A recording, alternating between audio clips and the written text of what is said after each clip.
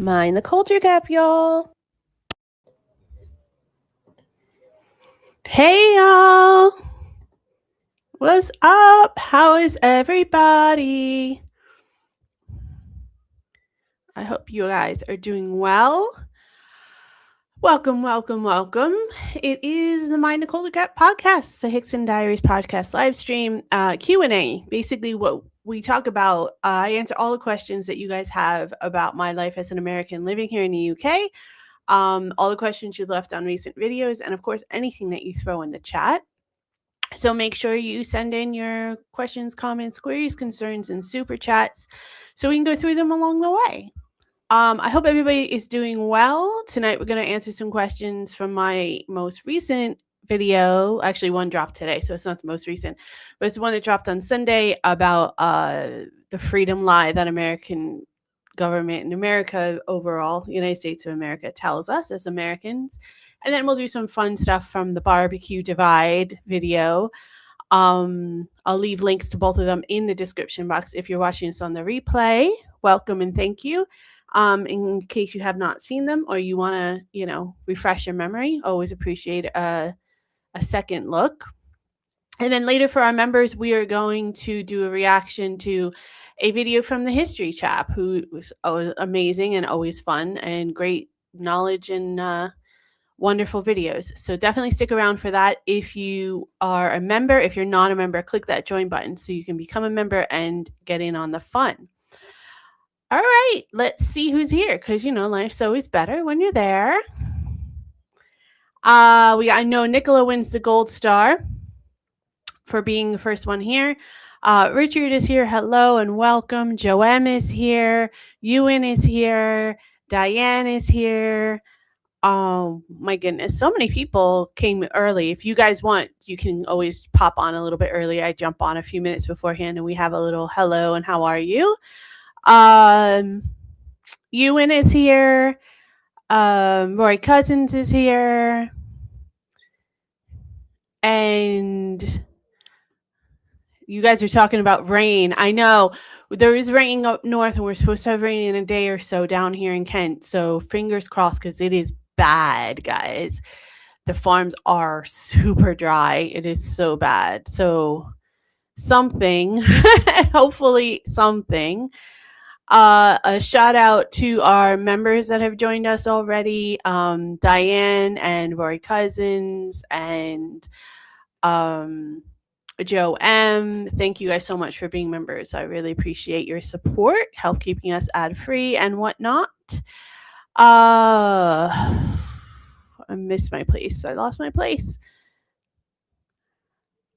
Yeah, you're right. You do have to have a gentle soak when it's this dry or else it won't soak through into the ground. So it does have to be like a steady, not drizzle, a little bit more than drizzle, but definitely a different rain, right? Not like a whole downpour and then be done because that won't help at all. It's got to be a steady rain for a few days. We used to have drought a lot in New Jersey, actually, because it just gets really hot and humid and it just gets like that in New Jersey sometimes. So yeah, you definitely can't have a whole bunch of they call it a flash flooding in the US. I don't know if that's what they call it here, but basically it's like the ground is so dry and there's a huge downpour of water, but because it's such a large amount at once, the ground can't absorb it all at once, so it just runs off and it floods usually into like streets and homes and stuff. 75 degrees and sunny in Edmonton. That's nice. It has cooled down slightly. We are at the tail end of the 5th heat wave here in Kent. I think it's pretty much through most of England. But I don't know. Here in Kent, it didn't feel nearly as hot as the last few have. It was hot and humid, but it just felt like it was more manageable this time around. Or maybe I'm just getting more used to it. I don't know. Since it's number 5, who knows? Hello, Marja. Thanks so much for being here. Glad to have you. Oh, you guys are all. I love how you guys like talk to each other throughout. So good. Manny, also a member in our moderators. Glad to have you here. Thank you so much. Glad to be here. Thank you for being a member as well and all that you do. I'm doing okay. A little bit tired today for some reason. No real valid reason, to be honest with you. Just a little tired. I even took a nap. Still tired. That's how it goes though.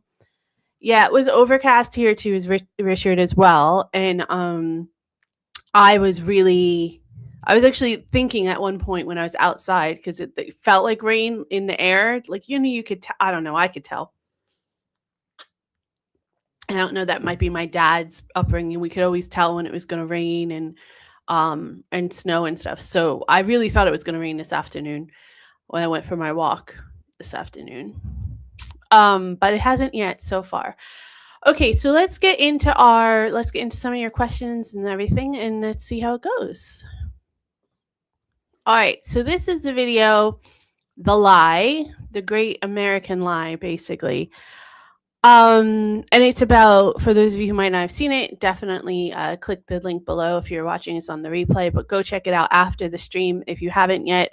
It's basically my confession about being lied to about freedom in the United States, and lots of details. And it was quite active in the comments, so I definitely want to break some of that down with y'all. And of course, make sure you send me through your thoughts in the comments, in the chat as we go through it. Marja says you're looking fresh and fresher. Oh, that's nice of you to say. Thank you.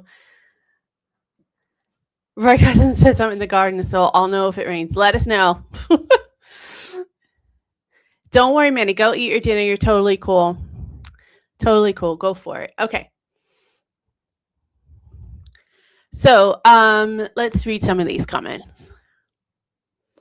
So this is all, I just pulled questions this time. I didn't do like a summary because a lot of you have been leaving questions out there, and I feel like sometimes when I answer a lot of the comments, I don't know if y'all don't get notified that I'm answering them, or they seem like they go unread because they ask the same questions over and over again, or maybe I'm just incredibly slow at answering them or inadequate at answering them. So I'm going to attempt to do that tonight. So Shanghai Rooster says, regarding the point made at the contrast between schools and Britain and America, it's a sad fact that in modern Britain, head teachers in Jewish schools are apparently having to spend more of their time on security than education, anything up to 90%. What an indictment of a broken society that there are people who would cheerfully threaten children because of something they have no control over, the culture and religion they were born into. Not sure why that came up on the questions filter, but I mean, that's horrible. It's horrible to have any security issues in schools at all to that level.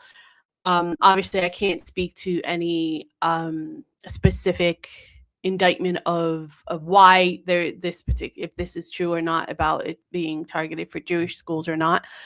And that is, it's sad whenever you have to do that. I know my child had to go to school with an armed policeman. The policeman was armed, walking the halls with a taser as well as with a gun, and many it would be used as a threatening device to try to tame kids. Plus it was difficult to get into the school as well. But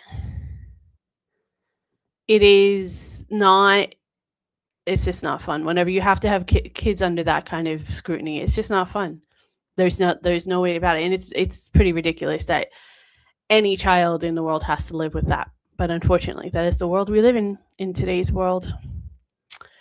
Dawes Horizon says tips requested at self-checkout seems somewhat contradictory. You're served yourself, but would you like to pay more? That's not necessarily what tips at self-checkouts is about. So it's not everybody that does it. Like, I haven't seen it in grocery stores or anything like that. But what I've seen is in like some coffee shops and stuff or fast food places where you excuse me, where you basically order yourself, and then they ask if you want to leave a tip for the person preparing it, because you might have to check yourself out, like order at a kiosk and check out and everything at the kiosk, but there's someone that still has to actually prepare the food and stuff. And those are the types of places that typically would ask you for a tip upon self checkout. It's not normally like just a random like I don't go to a grocery store and have to tip the self checkout. I haven't seen that yet. But I do think it's a little bit over presumptuous, because not that those people don't deserve to like be recognized for their work in any way, but tipping is usually when you're actually being served. So I just think I guess it's better than just having a cup on the counter and just expecting tips, and then you get to, I don't know if it's better or not. I think it's annoying though, especially if it's like a coffee, or if it's just like you're getting a muffin out of sometimes they ask when you're just like getting a muffin or a cookie out of the cabinet, so you're literally just going and putting it in a bag. You didn't make it, but their goods do need to be made and stuff. But I don't think the tips go to the bakers.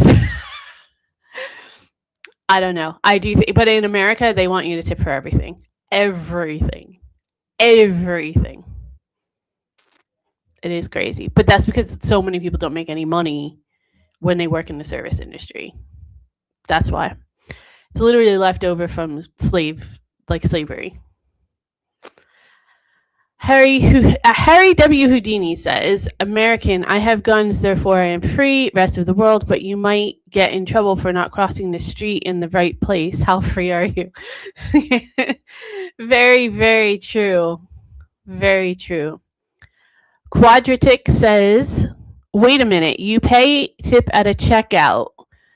Wait, what, why, how, who on earth are you giving a tip to? Never mind, it's a self-checkout. That's just another level of crazy. Yeah, like I said, it's typically in the system of service, like a coffee or something, not like a grocery store or something. Bonnie M says, wait, you have to pay the same thing. The United States is a joke. Similar feelings about this, tipping at the checkout. Jojo Sharp says, can I just say how beautiful you look? Oh my gosh, thank you. That's so nice. That's so nice of you to say, Jojo.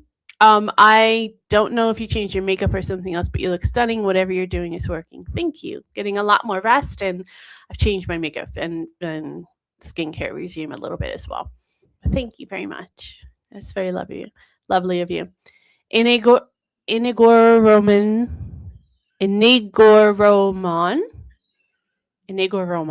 I believe. Any country that does shooter drills at school is telling you to leave as soon as possible. I have to agree with that. I mean, I don't support violence in any way unless it's self-defense. And for me, that's like even a case-by-case basis, because a lot of people claim self-defense, but it's not actually self-defense. It's more like I thought, or I was scared. Like, I watch a lot of like true crime documentaries and stuff, and I've seen a lot of people. There's a law in the United States called stand your ground, where if someone is on your property, you have a right to defend it. And it's in some states in the United States. And I've seen a lot of people that shoot first and ask questions later, assuming the person on their property is a threat. And then not inevitably, but more times than not, it turns out that person was not a threat at all. So, but they were claiming self-defense at their trial and everything. So I still have very strict standards for those who do commit shootings in the name of self-defense. But other than that, I don't really claim. I think violence doesn't do anything but lead to more violence and create more hate groups and create more tension and animosity. And it actually makes everybody around you much less safe. Not just you, but everybody in your community and your family and everything. So I just don't think it's worth it in the end, in my opinion. But a lot of people disagree with me. But especially when it comes to schools, like, I don't understand why that's even a question. I don't understand why we're still having that debate in 2026 in the United States. I I honestly don't think that the founding fathers, if they were around today, would be like, oh yeah, it's okay, based on the Constitution, based on the Second Amendment, that you can start shooting people in schools. Like, you don't have to impose any kind of weapon restrictions or regulations. I don't think they would be okay with that. My opinion, of course, because I don't know them, but okay, so quantized space replied to that comment saying at least American schools are trying to do something about it. I think that that's probably up for debate from my personal experience, but they go on to say, when was the last time you heard of a UK school teaching children how to avoid, I believe that's supposed to be rape gangs. I don't know that that's something that's taught in a lot of schools anyway, so it's scary that that's where your mind went. Is that a problem? Is that something UK schools are teaching kids? I don't know of that, but the response was, what in the name of Moses are you talking about? Okay, good. I don't feel like I'm completely left out in the loop here. Most of the children who fall victim to that heinous crime live in care. It is not a school-centered or school-related problem. I think that, there's obviously something to be said for crime outside of the school and teaching kids vigilance and how to avoid it and that kind of stuff.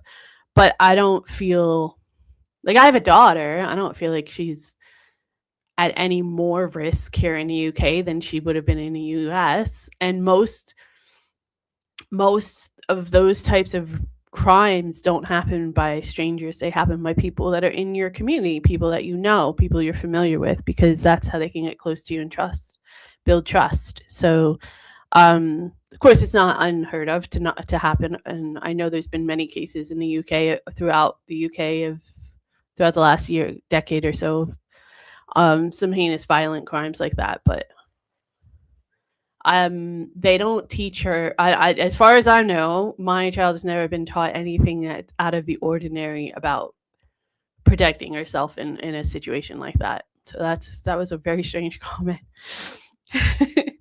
Hayden Thomas asks, what about having an independent, apolitical judiciary? That would be nice. Does this support freedom from a corrupt executive?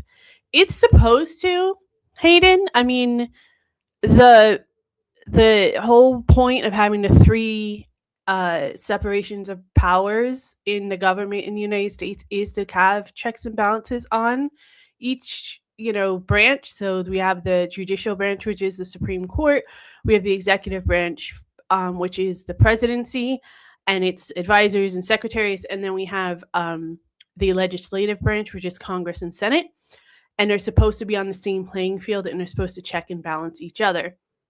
Part of the problem that has happened in the last 5 or so decades has been a systematic approach to deregulation, to lots of campaign contributions from big business and moneyed interests that have pushed and swayed the scales back and forth between all of the branches, primarily the executive and the legislative branch, but they have shown a lot of corruption and those kinds of influences in the judiciary in the last few years as well. So that is really where the problem is lying. It's not really that, like, I was going to say it's not really the way the system is set up, but it kind of is the way the system is set up because they've legalized bribery basically. But overall, it really is supposed to check and balance. But the problem is that too many moneyed interests are allowed to put their influence, and that's really what a lot of the branches, that's what they adhere to. That's what they consider to be their interest, their moment, which is terrible, but it's the truth. And it's ruined the United States. I'm not gonna lie. I don't think it's something that has. I don't think the United States is so far gone that it's irredeemable. But it is ruining the United States for the average person, and it is it's taken away the opportunity that has built the country, basically. Of course, there's a whole lot of other factors, and not all of them are pleasant. It's much more nuanced, and there's tons and tons of layers. It's like a 8 million layer lasagna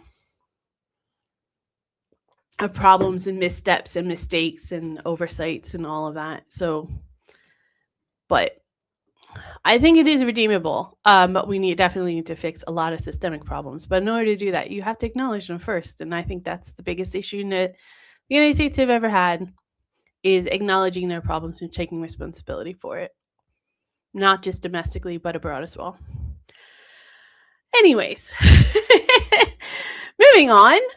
Richard from the chat, Richard Wilmot asks, what has Mandy and George W. Bush got in common?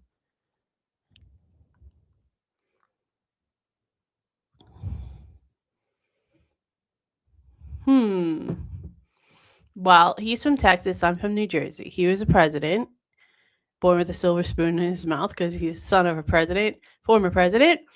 Obviously, that's none of that is me. I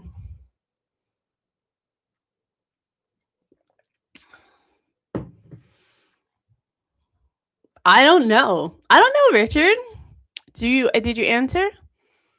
They were both cheerleaders. Was George W. Bush a cheerleader? Hold up.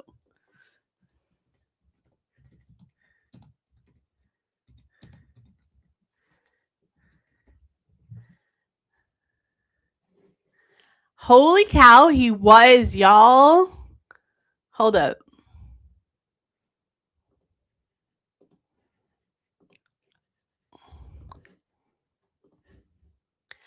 Oh, I found myself a cheerleader. He was always right there when I need her. Oh, probably get copyrighted just for humming that. Here we go now. This is hilarious. I didn't know he was a cheerleader.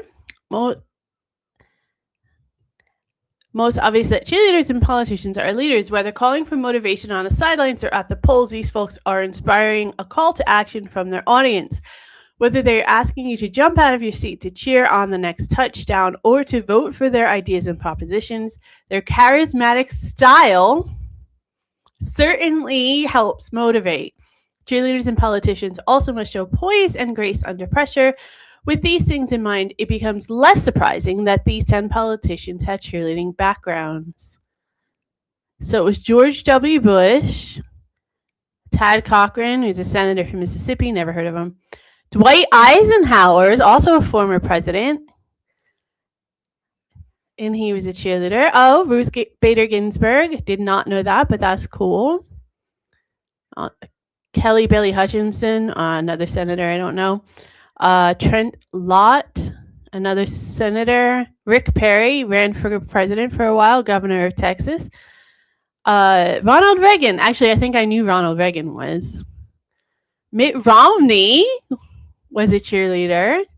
Franklin Roosevelt was a cheerleader. Guys, I'm just saying, like, maybe I'm in an elite class.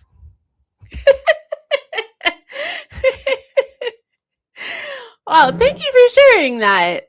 I never knew that, Richard. I almost called you Robert. Sorry.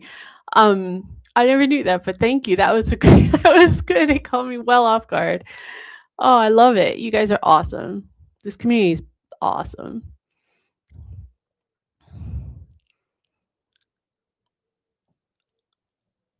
Richard says America is land of the open hand. Yeah, either you're begging for something simple like please insurance company pay for my child's cavity filling, or you're a rich person saying, oh, we're too big to fail, so bail us out. It's just like, it's terrible. Like, I'm not saying I don't want to, that made it seem like all Americans are beggars. I didn't mean it like that at all. It's like the the basic stuff, you literally have to beg and plead and try to like pull teeth to get any kind of assistance or help, even when you're working and you're doing everything right. And then all the entitled people at the other end who think that the poor people are entitled, but they're the ones who probably get the most help and the most like subsidies and assistance from the government. It's so disgusting. It really is just disgusting. It's a policy choice at the end of the day, right? You choose the rich to help the rich people get richer over helping the poor people survive. And you're proud of that choice. It's disgusting to me. Anyway.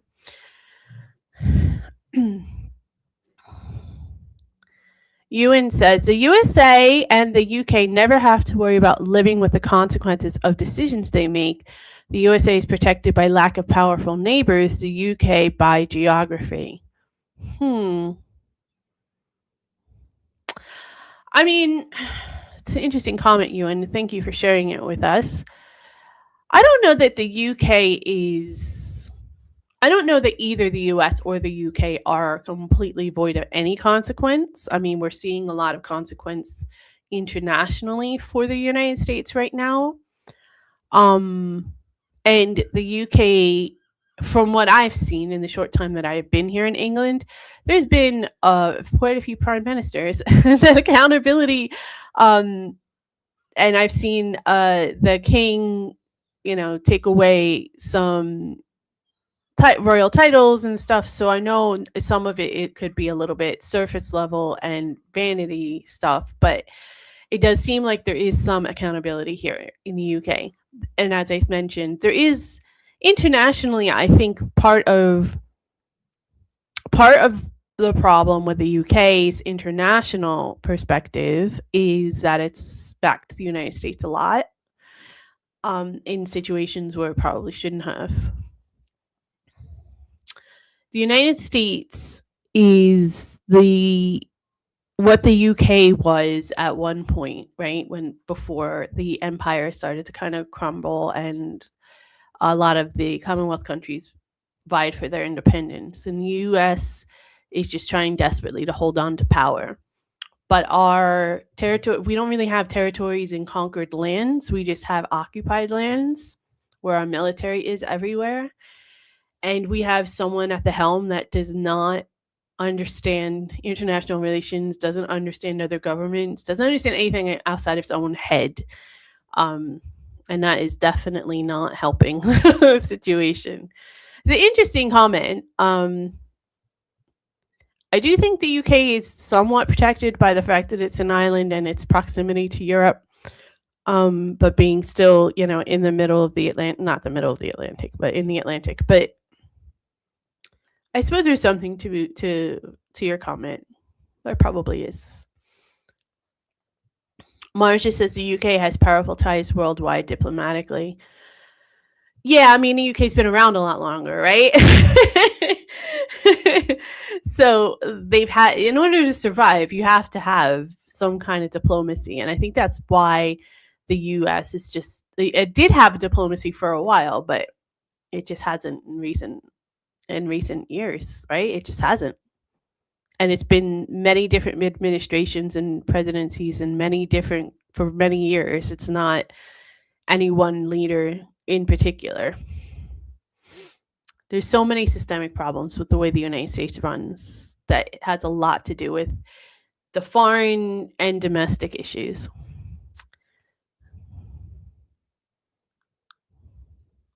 Politics is a dirty business. Yep. Bought another 2 water butts for my plants. What the hell are water butts? Marja, what are water butts? I don't know what that is. I don't have a green thumb at all, so. Richard said you love big butts and you cannot lie.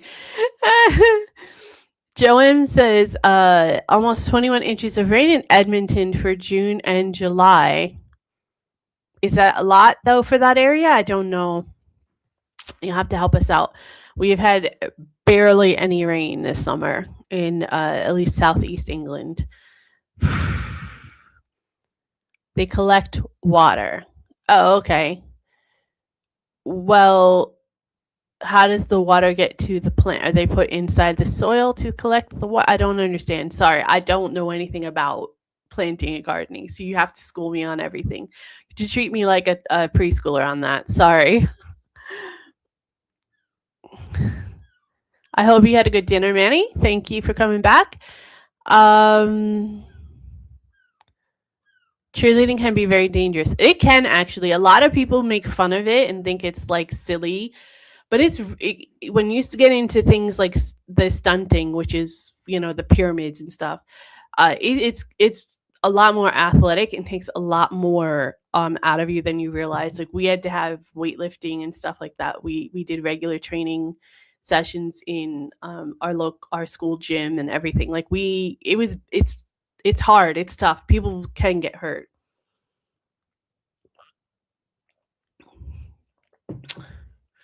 If you think that cheerleading is not a sport and doesn't have any athleticism, I just challenge you to watch one cheerleading competition, an actual competition, not like on the sidelines of a game or anything, because the competitions get fierce and you'll understand exactly what I'm talking about when you see that.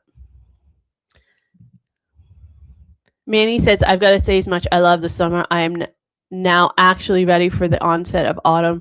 I know this sounds strange, but we need some fresher, definitely wetter weather. Yeah, 100%. We definitely do. My partner and I were talking about this over the weekend, how ironic it is that the reputation that England has, right, of being like the rainy country, and we are desperate for rain this summer. Marja says the House of Lords is becoming increasingly irrelevant. I didn't even know it had any influence on your politics in any way. In all fairness, I still don't really understand it and why it's there. But that's just like I'm still learning all of it, of course. But Richard said he's had his quota of sun. The sun doesn't bother me. I mean, you can't have a quota of sun, in my opinion, but you can definitely have too much heat. Marsha says the sun can sit on the naughty step for now. You're in timeout. Oh. Richard says Americans called the conquered land states. Yeah, well, yeah. Mm-hmm. Hello, Mick. Welcome back. Glad to have you. No salmon, no party. I assume you are talking about the Bears live cam, which is fun. I haven't watched it at all this week, actually. Hello, F11. Thank you so much for being here and for being a member. Appreciate it. Don't ever apologize for being late. It happens. Hi, Collective West. Thank you for being here. Oh, Collective has some knowledge on the planting. It says you connect the water butt to pipes and gutters from the roof. Huh. And it collects the rainwater, I assume? Right? I assume that's what that is. Totally going on it. Okay, let's do the next. Oh, before we go, I do want to read this comment out real quick. This is a random one, but it's not on any of the it's not on either of the topics for the day, but it's just a really sweet one, and I wanted to acknowledge it when I saw it. So on an older video, it's the truth that I wasn't told about moving abroad. Patricia Krangle said, my daughter and her husband and 2 girls moved to Canada 21 years ago. My husband and I booked to visit for Christmas before they had even left for the UK. Unfortunately, I lost him when I had only been there for 4 weeks. My condolences, Patricia. But I traveled on my own, visiting them twice a year until a couple years ago. Now yearly, we FaceTime every single day, about to visit in 4 weeks, by the way. I am 91 years young, sending you love and support. First of all, thank you for the love and support and sharing your comment. I wanted to read that out loud because the second thing I wanted to read out loud was you're my hero. 91 and traveling back and forth to Canada like on an annual basis. That's amazing, and I truly hope to be to be able to still do that when I'm 91 or even close, even in my 80s or even in my 50s. I would love to be at that, and you're my hero, and I love that. And also that like you FaceTime every day so you can see your kid and your grandkids.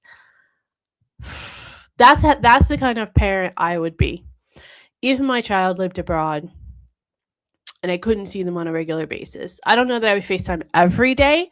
Personally, for me, our family likes to have their space a little bit more, but I would definitely do it on a weekly basis, the minimum, if not more, especially if there were like grandchildren involved. So, not to bring the chat down or anything like that, but that is the kind of commitment I feel is like a real parental commitment to a child that's living abroad, and even not even the visiting or anything. Whenever I've talked about, my emotional journey and stuff over the last few months about my issues with everybody from home, I never expected this, but I expected regular check-ins. I expected a hey, happy birthday text or something. You know what I mean? Like, just I expected something and I got nothing.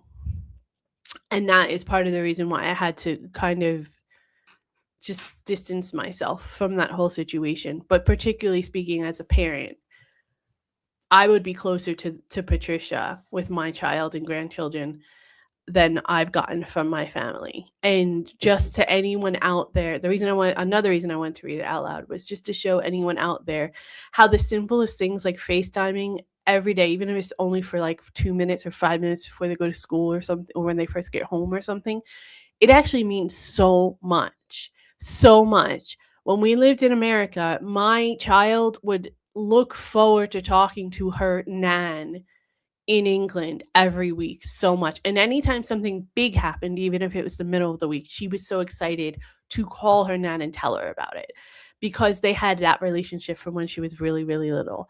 So it really goes a lot longer, not just like for overseas relationships, but any relationship that you have. Texting, reaching out, even if it's something silly. And I'm just as guilty of like falling off of this as well, out of habit of this, but doing anything like that in even the slightest, it goes so much further than you think, especially for people who are battling difficult relationships within their own life or depression or any loneliness or any of that kind of stuff. So I just wanted to put that out there because it reminded me of that. And obviously she's a star and deserves that recognition. So I wanted to make sure that I gave her due props. All right, let's talk about barbecues because, they're fun and it's summer and what the hell. All right. Am I on the wrong one again? I think I'm on the wrong one. Wait, hold on. Sorry, I pulled up the wrong one again. It's hard to tell sometimes with these. There we go. So,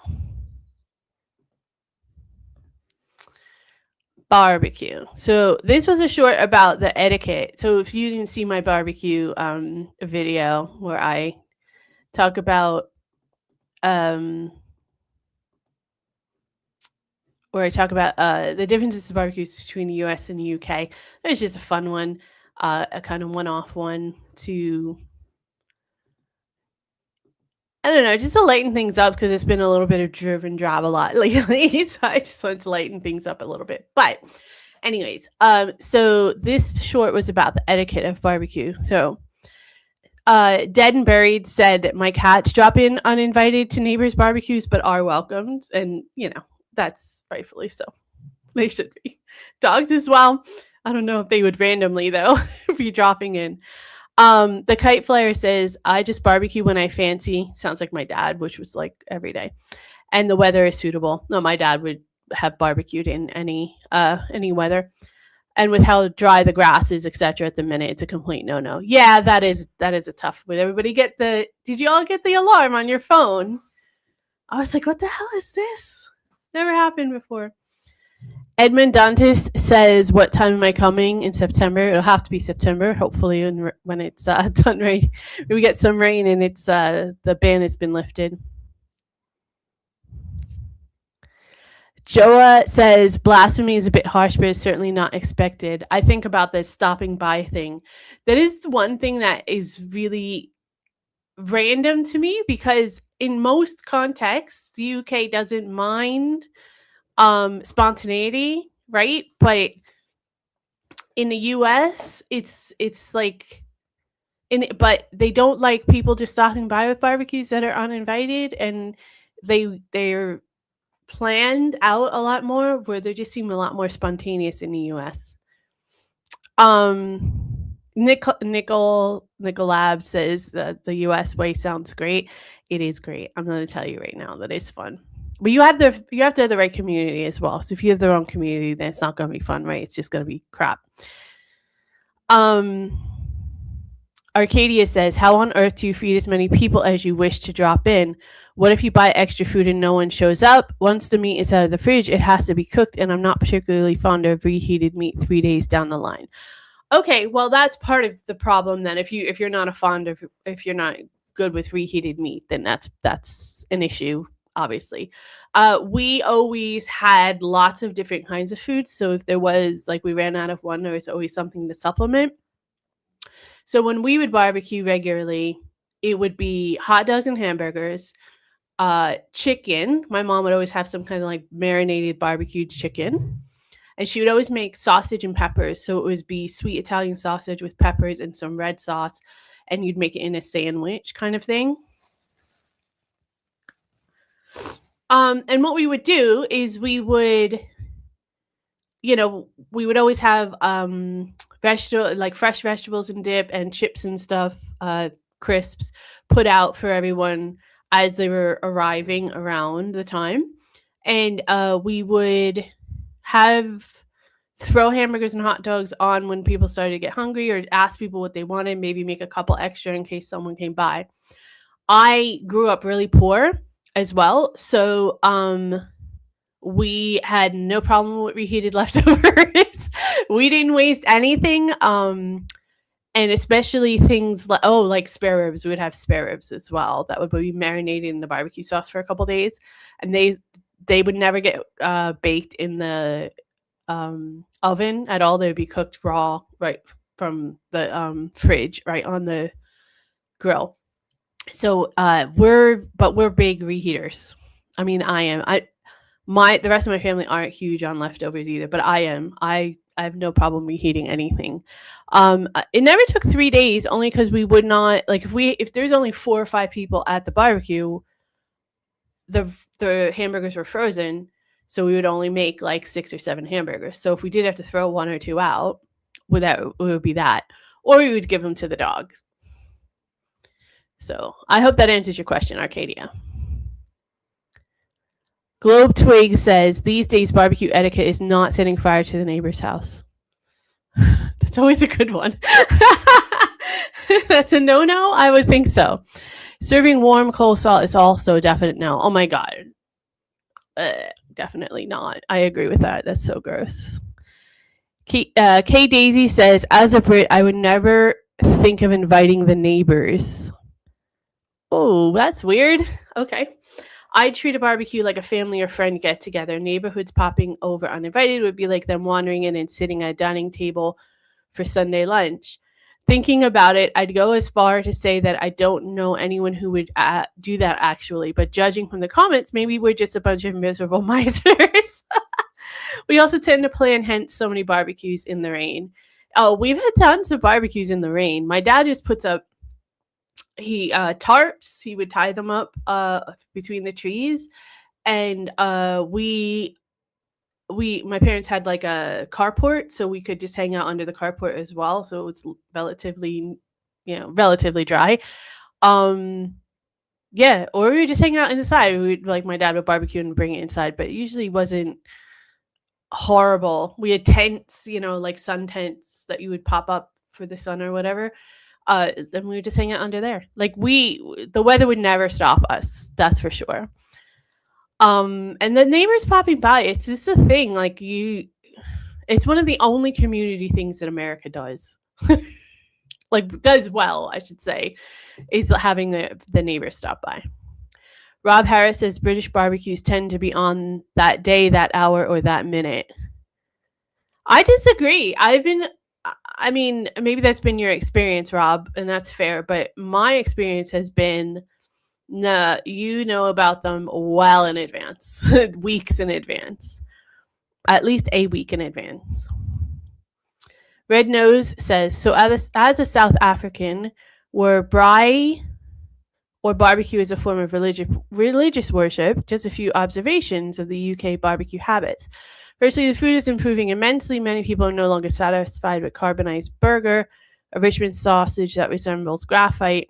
That is largely thanks to Americans and social media. Secondly, as the team South African, I've been requested to cook a few times. It's very different to being at a braai in South Africa, where all the men gather around the bride and to either do the cooking or to provide moral support.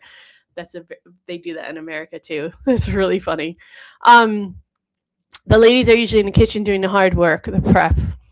In the UK, it's different. You have a lone griller doing the cooking while the men retire to watch football and discuss hair care products indoors.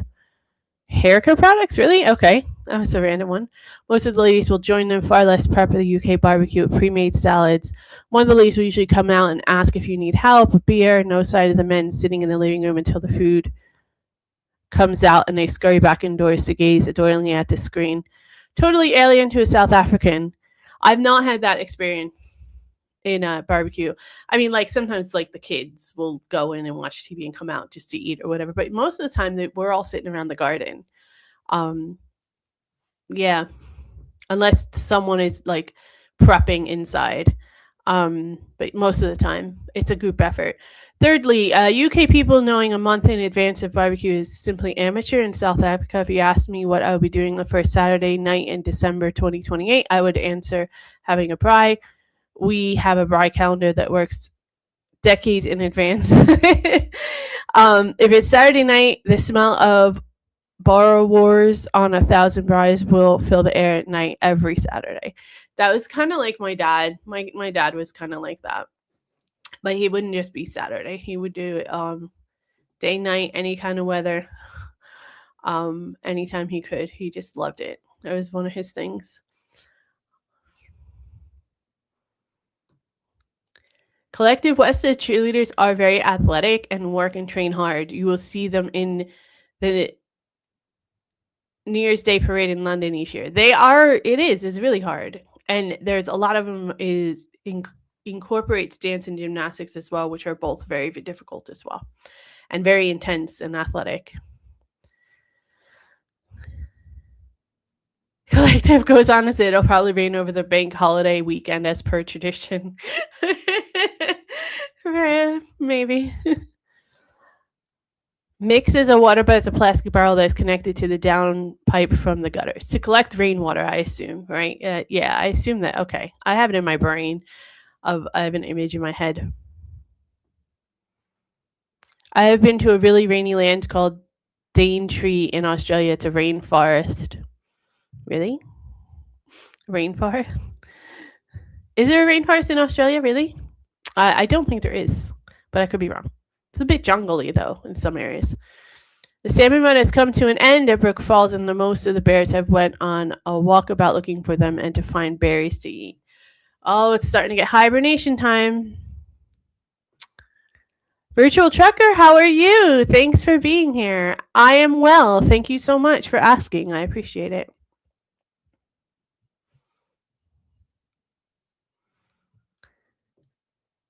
Collective West says the ability to connect is an offside of modern technology. 100 years ago, a family emigrated, you might not see them again. Yeah.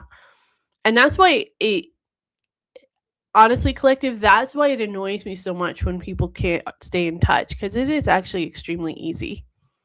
It's really easy, and it's free in a lot of cases as well. So there's no excuse. You just need an internet hookup, and who in the world, like in the Western developed world, don't have internet at this point? Most of us have, in the developed world, have internet at our hands, right? At our fingertips. Look at a painting, The Last of England.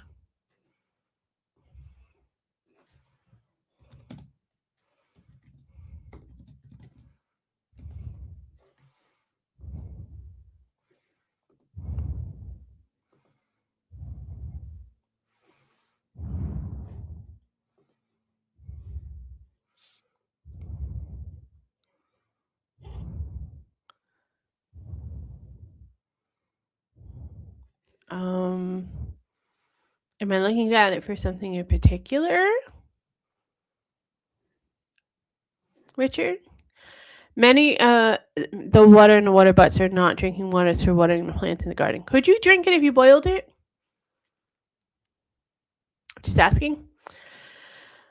No barbecues, too risky with the animals unless you know what one's doing. Yeah, now there's obviously a ban on barbecues, and I definitely would not do a barbecue with the grass so dry the way it is right now. I will say my dad's grill was on the edge of the driveway, so it was always safe. Regarding water reserves, Collective West says my brother lives in Bermuda where they need to preserve water, so they have enormous water tanks under the gardens which fill up with rainwater. That is a really good idea. That is a really good idea. There's lots of great ideas out there that most countries can adopt if we just open up our minds a little bit. Richard says, put a prod on the Barbie. Oh, lovely. Seafood lobster tails on the grill. Mm-hmm. All right. The alarm is a bit late, Virtual Trucker says. Yeah, I know. It was.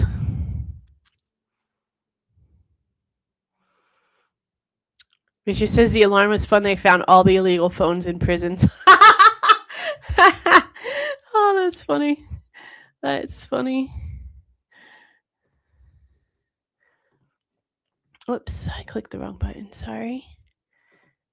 Manny, thank you so much for the super chat. Manny says, thank you so much for these live streams. I'm happy to do them as long as you guys are happy to be a part of them.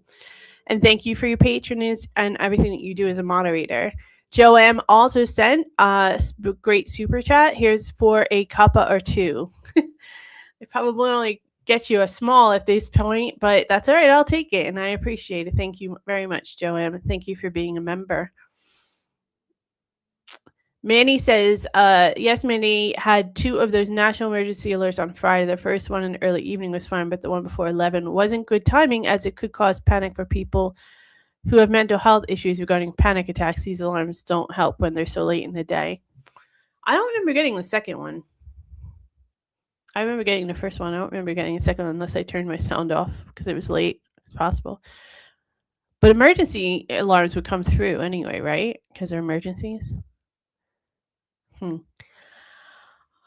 Collective West has a question. Are guests expected to contribute food as well? I recall the advice in The Simpsons that you don't win with friends with salad.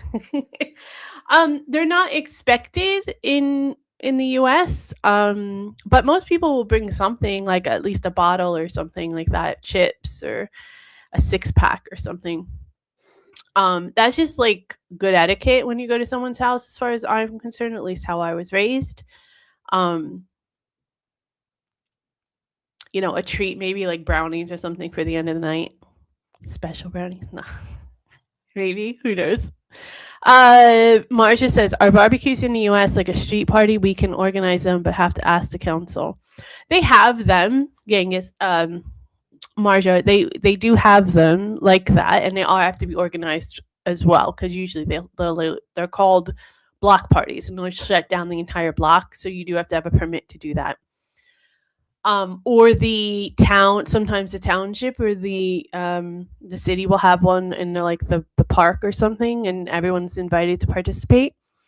You usually have to pay for the food and stuff at those, though. It's some kind of like fundraiser or something.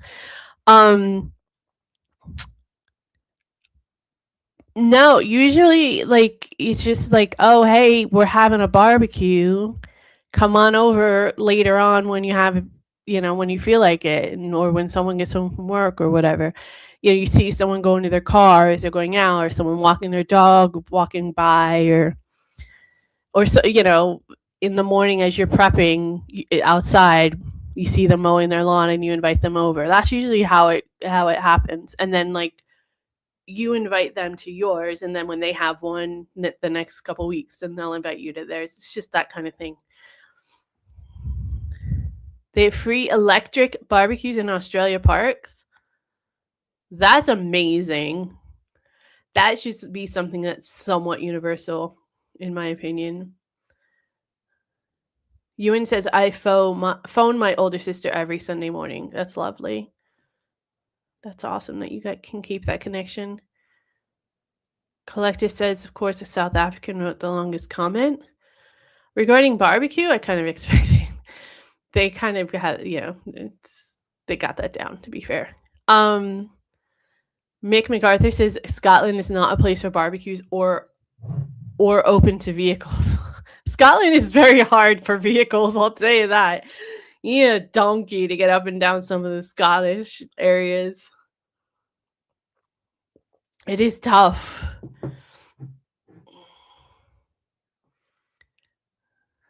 The Dan tree is the remains of a Jurassic jungle in far northern Queensland. Oh, okay. Yeah, I knew there was some jungle there. I didn't know that that's what you're speaking of, though. The Last of England depicts immigrants in 1855. That's what it looks like. I didn't know if there was a significance of why Richard asked me to look at it. They're moving to Australia specifically. I don't know. I didn't read the AI portion of it. Are you trying to tell me something about moving? I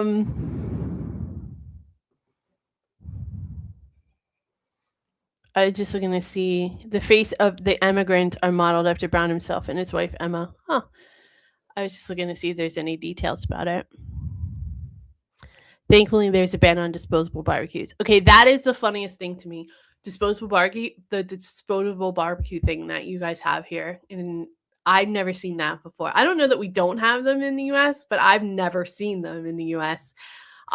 Most people just grab some, like if they have to use a park barbecue, they'll grab some charcoal and go use that, or they have something in their backyards. It's really funny. I've never seen that before. But I think it's great though. I really do.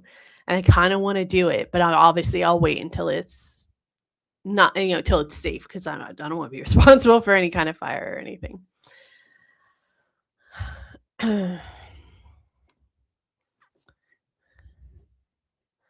Mick says it depends on how clean your roof and gutters are. I wouldn't drink water from a water butt. Well, I mean, if you boil it and you strain it, obviously you don't put any dirt in it. I don't know. You can. I'm sure there's like Marge is saying, you can get a Brill water purification unit. I'm sure you could. I mean, I suppose it depends on where you live, but I've seen people who were hiking and camping and stuff who would collect rainwater and drink it and stuff. So that's why I was asking. Always good to have survival techniques or survival, knowledge in your brain, just in case, because you never know. The world is, coming apart at the seams, basically. Okay, Richard says with the electric barbecues, you get 10 minutes of heat, so you have to keep pressing the button, and everyone cleans them afterwards. Well, I don't know why you wouldn't clean it. That seems weird to think about.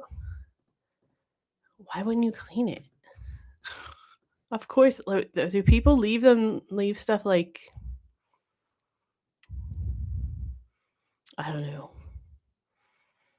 Do people leave stuff uncleaned in the public? I guess so. Yeah, what am I thinking? Of course, people litter and all kinds of stuff, right? So what am I thinking?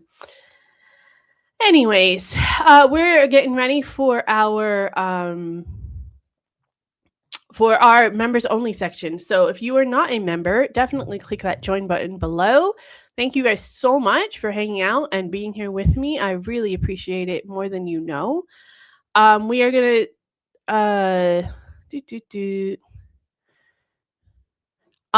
we are going to do a reaction to the history chap, and it's gonna be a little bit controversial, probably. The Victorian War that still haunts Iran today, given the conflict in Iran and everything. And I don't know that much history about it.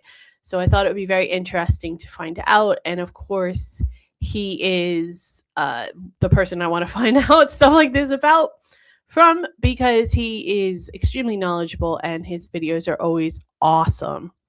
So if you guys want to stick around, that would be great. I would love to have you. And of course, we appreciate all the support that you give as members, because members keep us, ad free, and I don't have to do the live read ads or the sponsorships and stuff.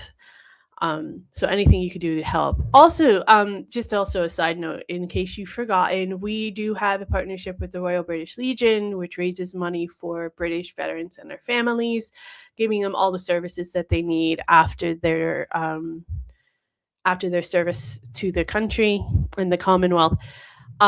So if you are interested in getting some help, or you want to make a donation directly to our fundraiser, you can go to hicksondiaries.com and /support.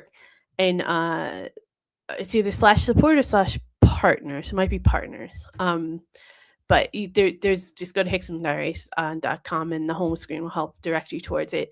You can get there's a direct link for services if you want, and also if you want to help donate, that would be great. We are trying to raise £1,500 for the year. Last year we did £1,500 and we smashed it. We got over £1,600. So this year we're trying to do the same. If we can, that would be great. And when I have to do a fundraiser, I don't have to. I want to do a fundraiser in the fall. I'm trying to think of what I could do. So if you guys have any suggestions on that, let me know as well, because I do need some help with that. I'm running out of ideas. Collective West says, public barbecues sound good, but here we would have to queue for them, and I don't want to wait for my sausage. Okay. I think here in the UK, it is, because a lot of people are really big about their gardens and everything. I think that might be why it's such a huge deal having barbecues here in the summer. I could care less about having a yard, to be honest. Australians are very law-abiding. Well, that's good to know. Margie says, spread the love. Please do hit that like button and all that kind of stuff too, please. I appreciate it. And if you're watching this on the replay and you want to help out, you can hit the thanks button below the video. And it's a one-time contribution to the channel. Everybody have a good night. I will see you in a minute for you members. See you on the flip side. It'll change automatically. And otherwise, if you can't join us, then I will see you next Tuesday or in the comments. Love you all. See you in a bit.